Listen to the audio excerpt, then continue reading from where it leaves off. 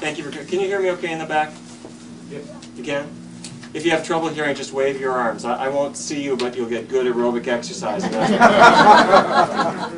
Okay, first a little bit of an apology. Although I've now written 14 books and have done research for the National Institutes of Health on diet and diabetes, the fact is I grew up in Fargo, North Dakota, and my whole family was in the cattle business.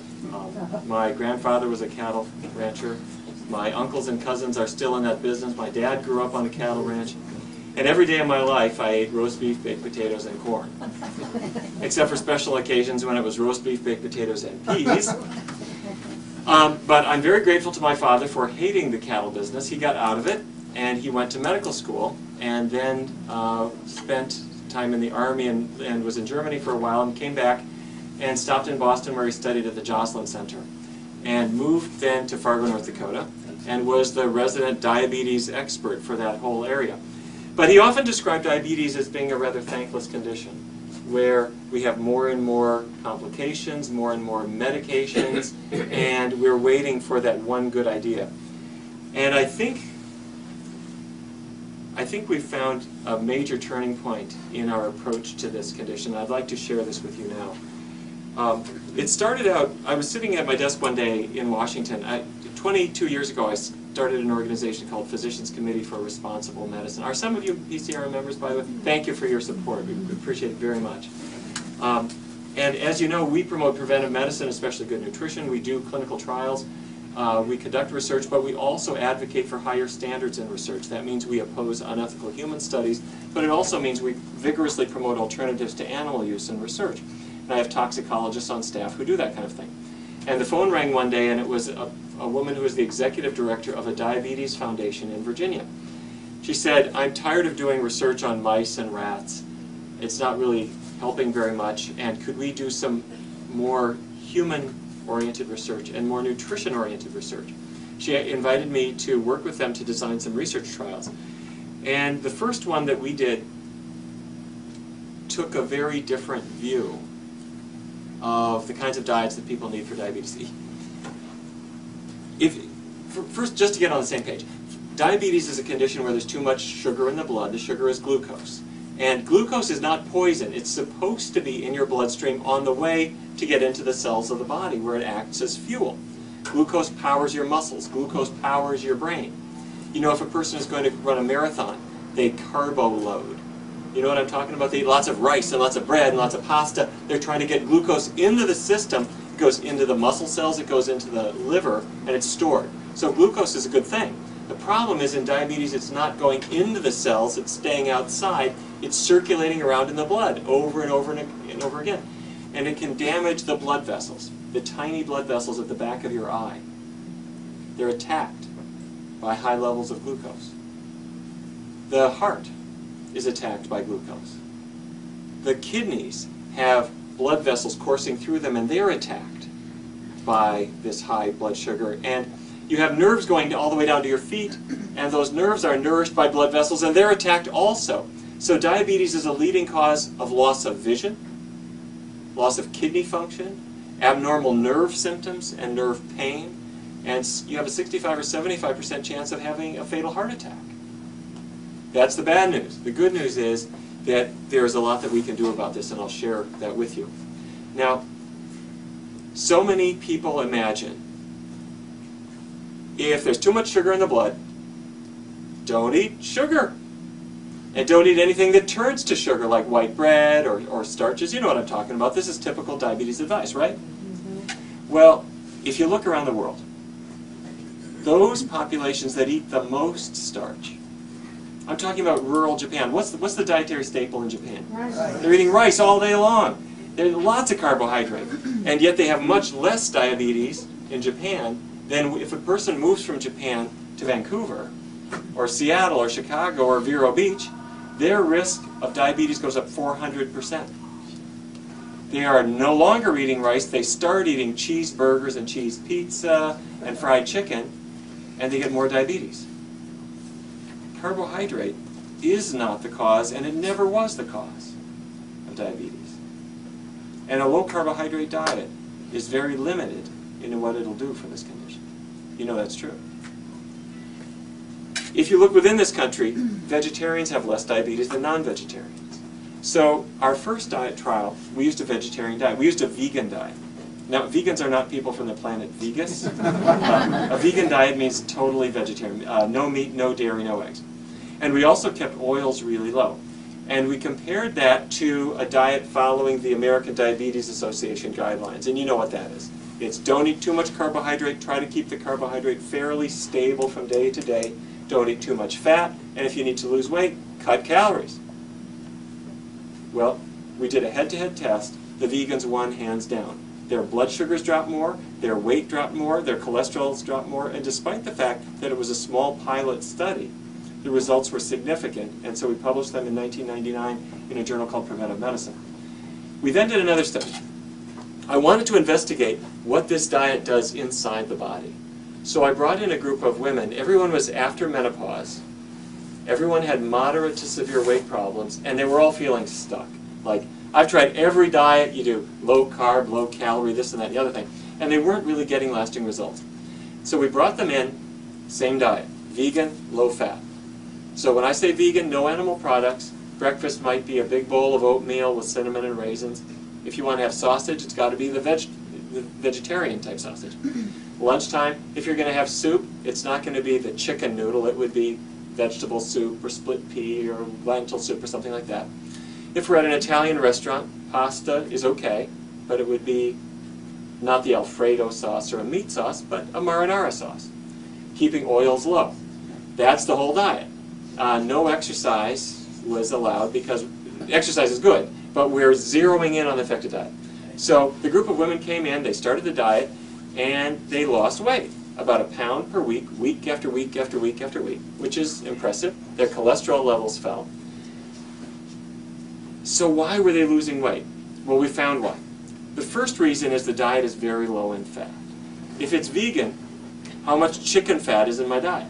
None. None. How much beef fat? None, right? There's no animal fat at all. And if it's also low in oil, there's not much of any kind of fat. And here's why that matters. And this will be on the test. Every gram of fat, a gram is not much, it's a 1/28 of an ounce. Every gram of fat has 9 calories. Every gram of carbohydrate, whether it's from bread or pasta or you name it, has only 4 calories. So fats have 9, carbohydrates have 4. If I take the fat pretty much out of the diet, there's just not so many calories there. You're not eating calorie-dense foods. That's reason number one. Reason number two is their diets are really high in fiber. Now, fiber is the most boring word that I have in this whole lecture. But fiber is your friend. Fiber means plant roughage. And so if you eat beans and vegetables and fruits, fiber fills you up, but it has almost no calories. I want to give you some numbers. If I go out on the sidewalk and I grab your average person, they're getting about 12 grams of fiber per day. That's not very much. That's because yogurt and skim milk and chicken breast and cheese and meat are not plants. They have 0 fiber. Okay, they're getting about 12 grams of fiber per day from whatever plant material they do eat. And your average person is consuming maybe 2,000 calories a day as a round number. Every 14 grams of fiber I add to the diet cuts 10% off your calorie intake. Here's what I mean. I take that person eating 12 grams of fiber per day. If I can push them up to, add 14, up to 26, they will feel full sooner. And they eat about 200 calories less the next day. Here's what I do. I say, tomorrow, have an apple. Or any other fruit. I don't care, apple, orange, whatever. That's got about 3 grams of fiber. Have a vegetable serving. Broccoli, spinach, carrots, you name it, whatever you like. That's got 4. So what am I up to? I'm up to 7. Have a half a cup of beans. That's got another 7. So I've got my 14. If today you ate 2,000 calories, and tomorrow you have 1 fruit serving, 1 vegetable serving, 1 bean serving, you will not eat 2,000 calories. An average person will eat 1,800. You will swear you ate as much as before, but when I measure it, when I weigh it out, you're actually getting about 10% less. The next day, let's have 2 fruits. Let's have 2 vegetables. Let's have beans at 2 meals. You're not eating 1,800 calories anymore. Now you're closer to 1,600. You'll swear you're eating the same amount, but there's something wrong with your scale. It's going down and down and down. Your belt line feels looser and looser and looser. It's not rocket science. All it is the fiber fills you up. It's got almost no calories. You feel full. You feel stuffed. You feel satisfied. But your calorie count is less. The third thing, I send everybody to the laboratory. I laid them down on a table and I put a mask over their mouth and nose. I measured their oxygen intake. The reason I did that is that tells me how fast they are burning calories. You know, a person will say, well, I'm gaining weight. I must have a slow metabolism. I must be burning calories slowly. That's true for many people. But I can measure it. So I measure that. If you're taking in a lot of oxygen, you've got a fast metabolism. If you're not using a lot of oxygen, you've got a slow metabolism. After I measure it, I give everybody a test meal. The meal is 2 cans of Boost. Have you ever seen this? It's a liquid. It's like Ensure. It used to be called Sustacal. They drink it down at 720 thankless calories, and then I put the mask back on, and I measure their metabolism again. And did you know this? After a meal, your metabolism rises a little bit because you're digesting, you're absorbing nutrients. They're going into your cells. Some of the nutrients are being burned up. Everybody goes on their diet.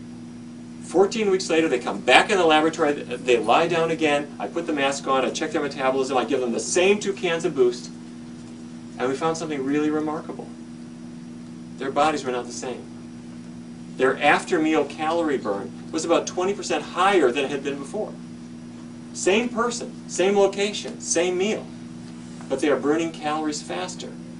That could account for why they lose weight, but why is this happening? I sent them back to the lab for one more test, a glucose tolerance test. Anybody have one? Thankless test.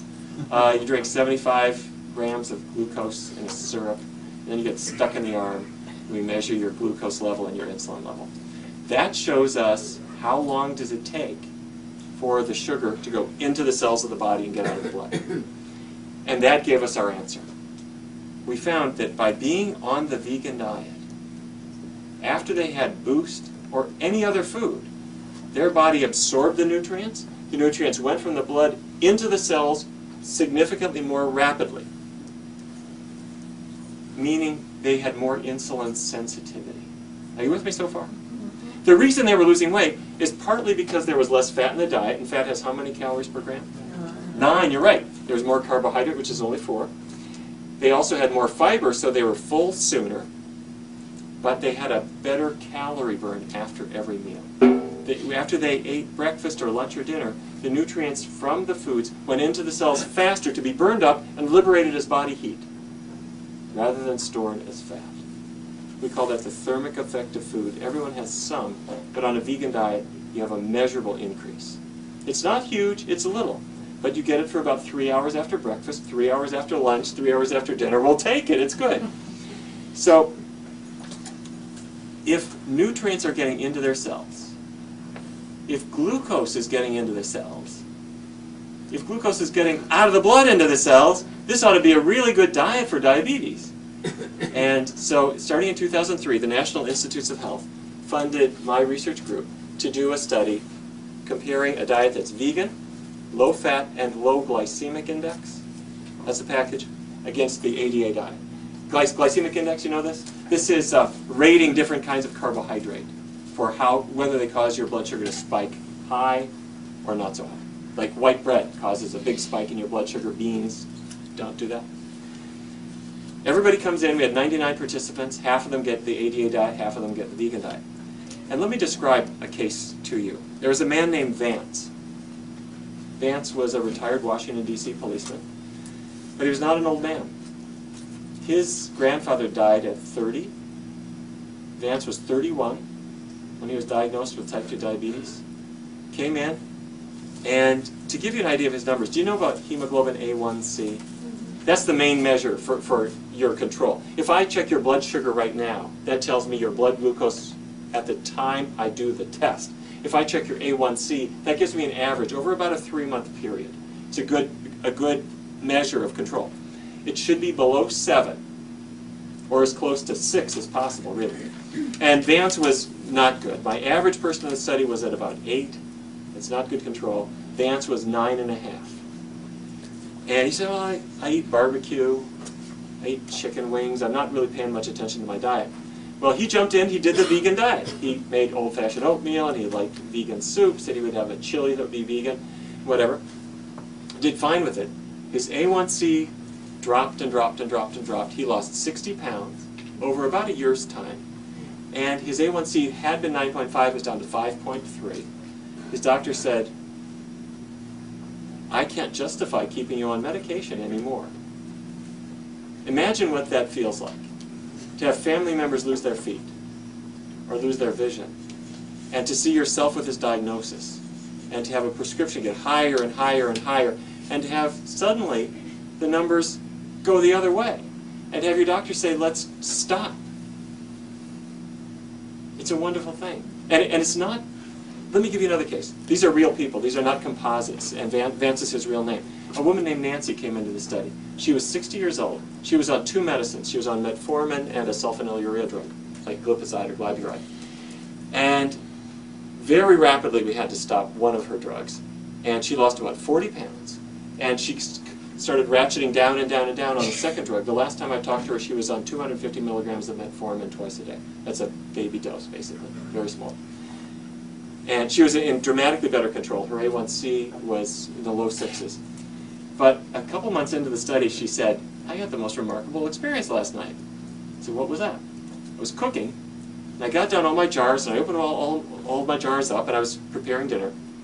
And my friend said, Nancy, you just opened up all those jars. She had really bad rheumatoid arthritis. She had always asked other people, can you crack open? You know what I'm talking about. If you've got arthritis, you have this terrible grinding pain here at the base of your thumb and in your other fingers. And you're not cracking open a jar at all. You get somebody else to do that for you. You don't shake a person's hand. You're worried about that.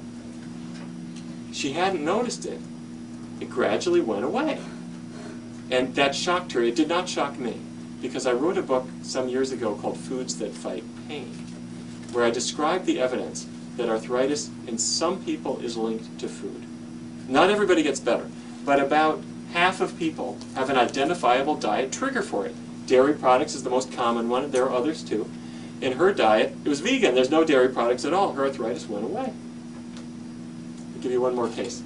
A man named Selwyn was from Trinidad. He had had diabetes for 20 or 21 years. And he had a complication called neuropathy.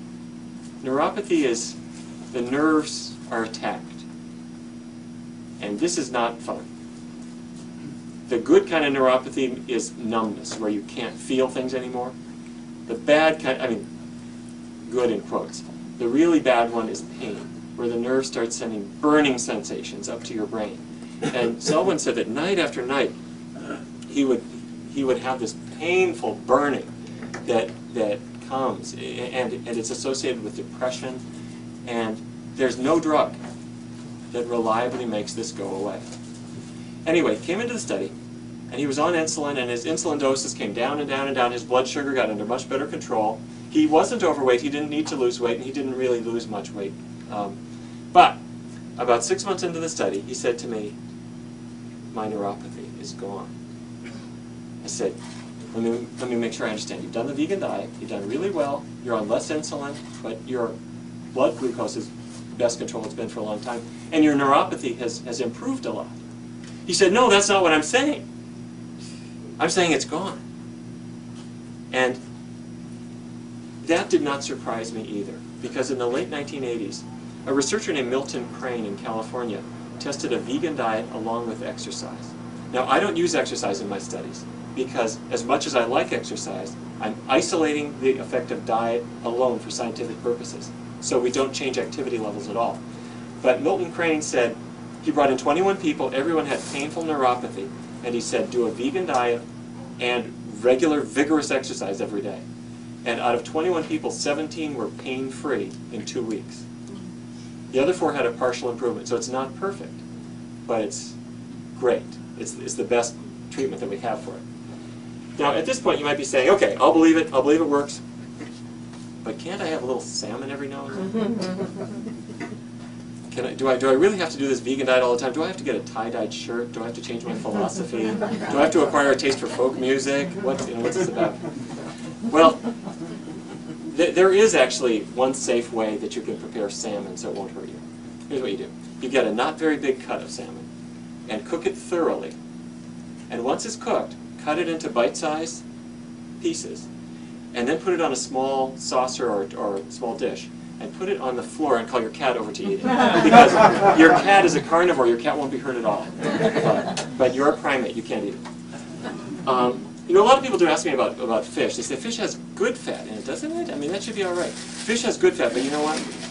Your waistline stores good fat just like bad fat. It weighs the same. In fact, it has how many calories per gram? 9. Exactly. It's called good fat. Omega-3s interfere with clotting. They have an anti-inflammatory effect. But fish has bad fat also. All fats are mixtures. You take any fish in the store, 15 to 30% of the fat is plain old saturated fat, just like you can get in a pig or a cow. And there is sort of a similar amount of omega-3.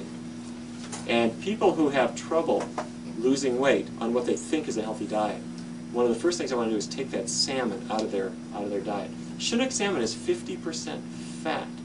And so many people are carrying their good fat over to the bathroom scale in the morning wondering what the problem is. Okay. Many people imagine, well, if I'm not eating red meat, let's say I eat more white meat, I ought to be doing okay. Let's eat chicken. Well, here are the bad numbers. The leanest beef my Uncle Harold can raise is 29% fat as a percentage of calories. The leanest chicken is about 23. That's without the skin, without the dark meat. A bean is 4% fat. Broccoli is about 8. Rice is 1 to 5. And they don't have cholesterol, whereas chicken, fish, beef, they've all got cholesterol. So I cannot reverse your diabetes. I can't improve it if you go from beef to chicken. Americans now eat, believe it or not, 1 million chickens per hour. Slightly more than that. The Americans, the actual numbers from the USDA are about 9 billion per year. And if you work that out, it's slightly more than 1 million per hour. We imagine this to be healthy food. We're in the worst shape we've ever been in. And from the chicken standpoint, it's a bad idea too. So, all right, if you want to try this, but you're thinking, well, how will it work? I want to just give you some tips on how I introduce a person to this kind of diet. The first tip I have is don't change your diet. Take a little time to just try out your possibilities before you change your diet. So take a couple weeks and look at the recipes. I got lots of recipes in my book, and I have many other books too, and they don't overlap, but there are other authors who have really good recipes too, like John and Mary McDougall or Dean Ornish's books. There's lots of others. Try your recipes, and you don't need like 35 recipes. You need 5 or 6 that you like. Now, let's say you have the room service gene. I have that gene very badly. I cannot cook at all. I have no patience for cooking. Life is too short. I'm never going to cook. So I'm going to walk you through convenience foods that you can eat. Or if you're going to a restaurant, you'll figure that out. Take a couple weeks, just figure it out. At an Italian place, they'll serve you pasta marinara. A Chinese place has lots of vegetable dishes which you can eat with the rice. Yes, you can eat it with the rice. Get brown rice if they've got it. If they don't, eat the white rice. It beats the socks off Spam. If you're at a Japanese restaurant, don't have the fish sushi unless you're very well insured. But you can have the vegetable sushi and the miso soup and the salads and things. If you're at a Mexican restaurant, skip the meat taco, have the bean burrito. Hold the cheese. That goes for Taco Bell if you want to. I'm not saying it's the pinnacle of culinary art, but it's okay. A man called me up. I was on a radio station in Los Angeles. The man was in Mobile, Alabama. His name was Bill.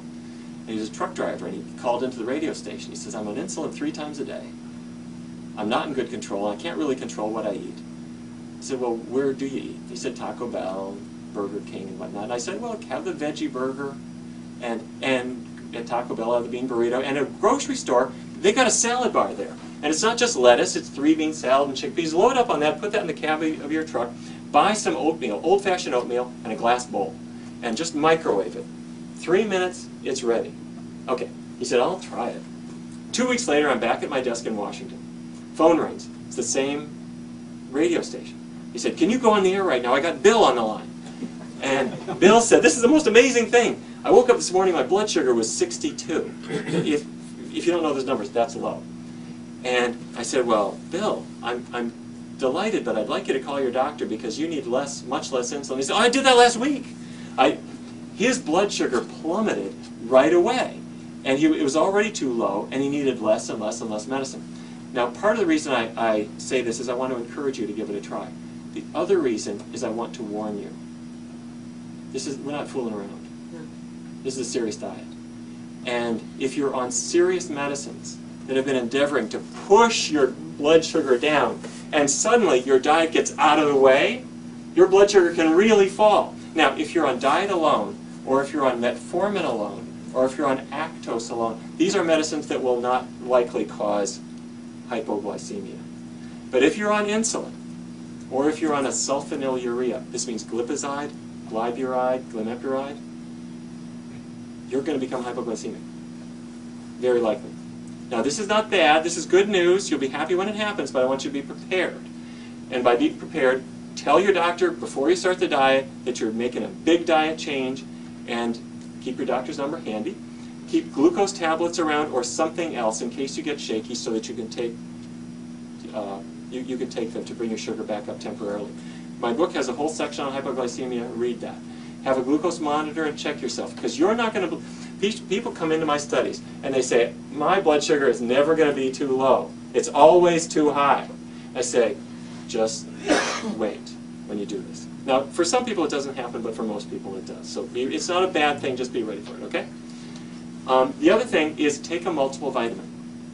You'll get plenty of protein from vegetables. I'm talking about beans, grains, vegetables, fruits. You'll get adequate protein. You'll get plenty of calcium from green leafy vegetables and beans. But vitamin B12 is something that you need for healthy nerves and healthy blood. There are not a lot of vegan sources. There are some. Nutritional yeast, fortified cereals, but you're probably ignoring those foods. So a multiple vitamin covers you for that. And frankly, your nutrition is going to be much better on a vegan diet because of all the vegetables and fruits and beans and fiber that you're getting, okay? All right, so I've done my first step. I've figured out my restaurants, or I've figured out my recipes. I even figured out what I could get at a fast food joint.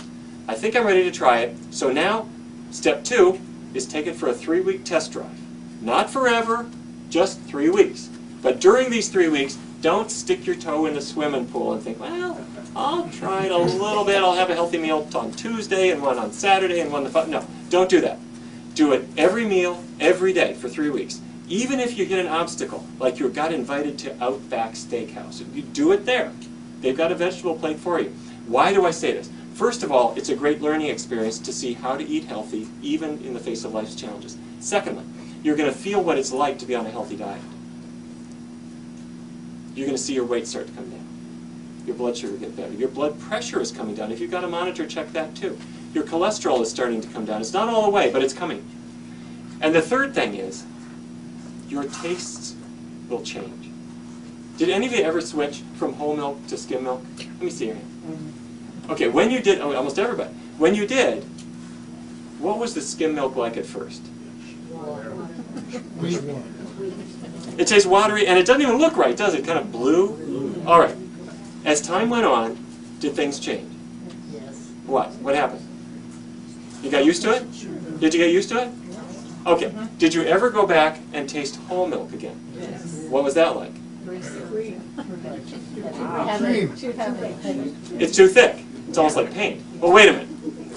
Your whole life, it was perfectly fine until you take a couple weeks off, and your tastes have changed. Now you know this is true. You will never go back. Well, what if for 3 weeks you lighten up the whole diet and you do a vegan diet for 3 weeks? Go back and have a double bacon cheeseburger. You'll discover it's not the joyful experience you remembered. And your taste will have changed, your outlook will have changed, but that will never happen if you don't actually allow yourself to experience it. Most people go their whole lives never having even a week on the foods that their bodies were designed for. Give it 3 and see what happens. At the end of that time, if you don't like it, you can go back to the foods that caused your illness. Or you could stay on a regimen that helps lead you toward health. All right, my last tip is this. If you want, I have a little skyhook for you, or what I call transition foods, the fake meats that they have at this. Have you seen these? They've got fake deli slices of bologna and turkey and chicken that's actually made of soy or wheat derivatives. I really learned the value of these from my mother. My mom lives in Fargo, North Dakota, lives with my father, and she had a very high cholesterol level for a long time, and she would not pay any attention to the advice that I kept giving her. And in fact, I finally figured out why. I'm her third-born child. And any of you third-borns? Okay.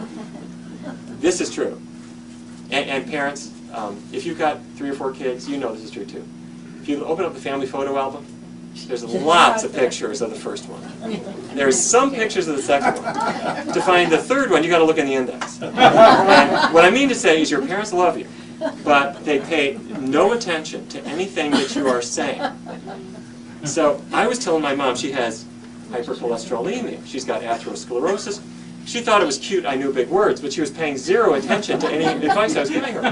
Finally, she wouldn't listen to me. She listens to her own doctor who says, Mrs. Barnard, you're in trouble. I'm going to write you a prescription.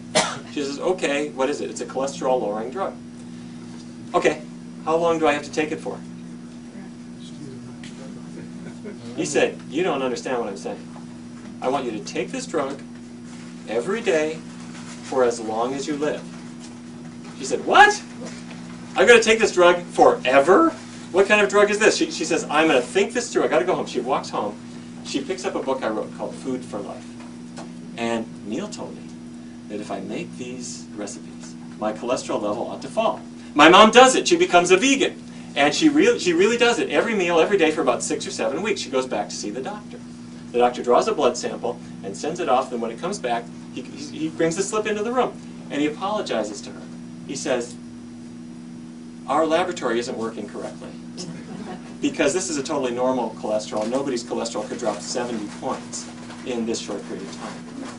And he wants to reschedule for her to come back when the laboratory is fixed. And she said, wait a minute, just so I understand, if that was actually my cholesterol, would I need drugs? He said, no, this is a totally normal cholesterol. That's what I'm saying. This can't be true. She says, I think I get it. Thanks a lot. She goes home, picks up the phone, calls me up and says, Neal, why didn't you tell me about this before? My mom's finally got religion. She's decided this vegan diet is a thing. She wants the whole world to follow a vegan diet, starting with my father.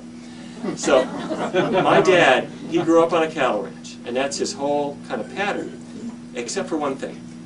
He has a great advantage that every man in his generation has. He doesn't know where the kitchen is. He doesn't cook. He doesn't shop for food. He doesn't put food on plates. He just sits at the table, and when he's hungry, the food arrives. And when he's done, the plates go. And if you hang around 3 or 4 more hours, it starts again. And this has been the system. So my mom is taking total advantage of this. She goes to the health food store, she buys a good bread, and a little Dijon mustard, and some Italian plum tomatoes. She slices them up thin, puts them on the bread, with some lettuce and some phony bologna. It's not real bologna, which you would never eat if you saw what is actually in there. But she gets the soy or wheat derivative type bologna. She gives it to him. She gives him all these fake meats. She'll give him hot dogs, which are made of soy. And which, by the way, are a handy thing. If you've got kids coming over and it's a birthday time, you don't want to give them real hot dogs because you know what's in them. And you definitely don't want to serve the neighbor kid's lentil loaf because they're going to beat your kid up. But serve them the soy hot dogs. They'll think that's like a cool political statement. So anyway, my mom gives these to my dad, and he's quite happy with them. And he likes these things. And you know what? I've got 2 vegetarian parents, but only one of them actually knows it. Anyway, so try out different recipes. When you're ready, give it 3 weeks, see if you like it. If you want to, if you've just got that meaty thing, have bacon as veggie bacon or veggie sausage or whatever. They're not fabulous, but they're okay. And they'll help. It's kind of like methadone for you to get you over the meat addiction. Now, I want us to get healthy. For us. For you. But I think there's a bigger purpose that I hope that you agree with me about. And that's this. Walk into any school. Anywhere. You see something that's a little scary, and that is that kids today are in the worst shape they've ever been in. And every year, if you look at the 8-year-olds, 7-year-olds, 6-year-olds, things are worse. The rate of diabetes has doubled in the past 10 years. The Centers for Disease Control and Prevention in Atlanta say that 1 in 3 kids born since the year 2000, 1 in 3 will develop diabetes in their lifetime. The typical cost in today's dollars for a typical diabetes regimen, I'm talking about 1 or 2 diabetes drugs, plus a cholesterol-lowering drug, plus something for your blood pressure. That's $2,000 to $5,000, depending on whether you buy generics or name brands. One person, 1 year. You might have a good insurance plan, but somebody is paying for that. That's packed into your premiums. Multiply that by 21 million. That's the number of people who have diabetes now. Multiply that by 3 or 4 or 5, which is where we're headed. That's the financial cost. The personal cost is much higher. That's what we have to stop. If you want to walk into that school cafeteria, you start seeing what the reasons are for this. Salisbury steak with gravy, pepperoni pizza. And you look around, well, where's the vegan option here? There isn't one. A kid can say, you know, I'd like to have a high-fiber, low-fat, non-meat meal. It's not there. Because the schools are now used as a pawn in an economic game. When beef prices fall, the government buys up more beef, and they put it in prisons and in schools. When dairy prices fall, the government buys up cheese. I'm talking about tens of millions of dollars worth. They put it in prisons and schools. Nobody thinks our kids need another cheeseburger, but they think that farmers need a little help. What I'm saying is, we can help our farmers without killing our kids. And that kind of thing must stop. But the fact is that we've now harmed our kids. That's what they have learned. And kids, you know this is true, they're as rigid as anybody. When they have learned to eat a certain way, they don't want all kinds of new things in there. They don't even want food to touch each other on the plate. They want things to say exactly the same. This is what we're doing. The way that we change this is first to change our own diet, and secondly to not keep any of this a secret. We've got to share this information as widely as we possibly can. If we don't do this, the future does not look very bright. But if we do, if we change things ourselves, if we try new healthy ways of eating, if we get over the bumps in the road, if we help other people along in the same way, if we collectively, as a team, really work for a healthier diet, we can revolutionize the health of this country. Thank you very much.